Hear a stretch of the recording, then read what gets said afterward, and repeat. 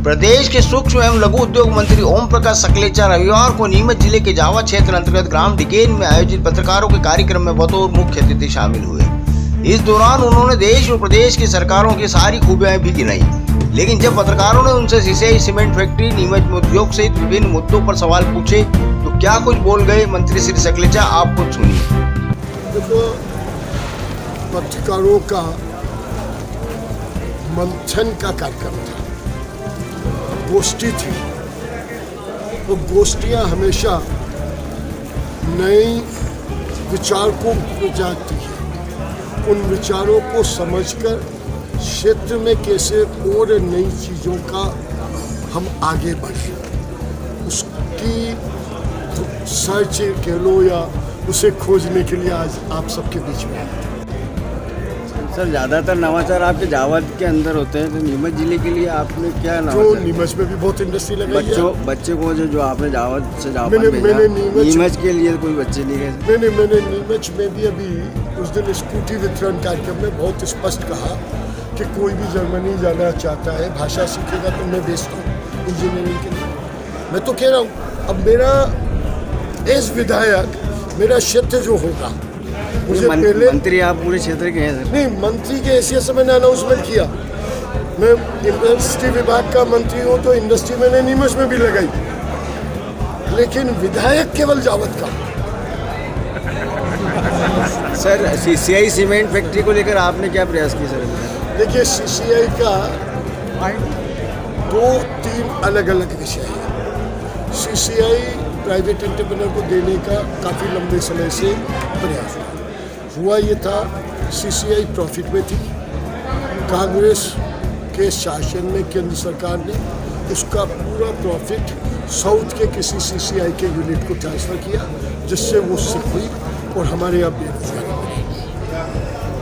आगे क्या इस फैक्ट्री को चालू करने के लिए प्रयास? बिल्कुल प्रयास है। अब ये इसको 3 हिस्सों में कर दिया।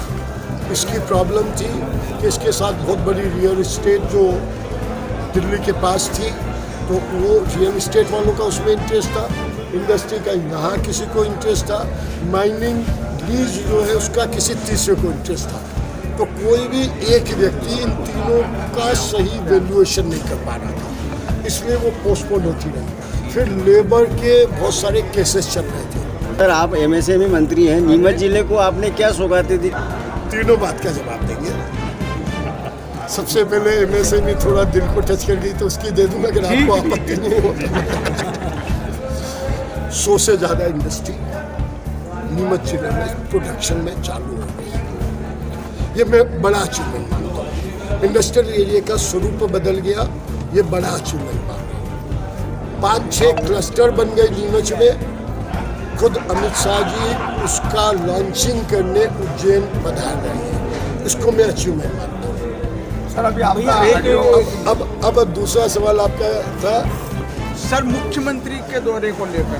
मुख्यमंत्री भी आ रहे हैं, तो मुख्यमंत्री जी बायोटेक्नोलॉजी पार्क का उद्घाटन करने आ रहे हैं। सर, का एक ऑडियो वायरल हो रहा है सर, उस ऑडियो काफ़ी चर्चा में है। बहुत सारे अभी बहुत कुछ चीज़ें, बहुत कुछ मैनेज होती है, बहुत कुछ होगा। चुनाव का मौसम है। उस ऑडियो में कितनी सच्चाई सर? वीडियो सही है या सर, उसको पुष्टि करते हैं आप?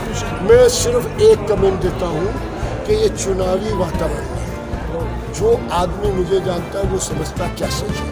मुझे हर किसी की सफाई देने की और उसकी ज़रूरत नहीं है, ना मैं कभी मीडिया में इन सब बातों के लिए आज तक 20 साल में कभी नहीं आया। ठीक सर, थैंक सर, इन चीज़ों के लिए सर, जिले के बच्चों के लिए आपने जर्मनी जाने का जो बताया, वो क्या किस तरह से आप प्रोत्साहन देना? मैंने बहुत सिंपल कहा, जो भी बच्चा 12वीं पास करके एक रीजनेबल मेरिट पे पास होगा और जर्मन भाषा सीख लेगा, अगर उसका अच्छी यूनिवर्सिटी में एडमिशन की संभावना हुई तो उसकी पूरी फीस माफ़ करवाने की मैंने कहा। और पत्रकारों के लिए कुछ?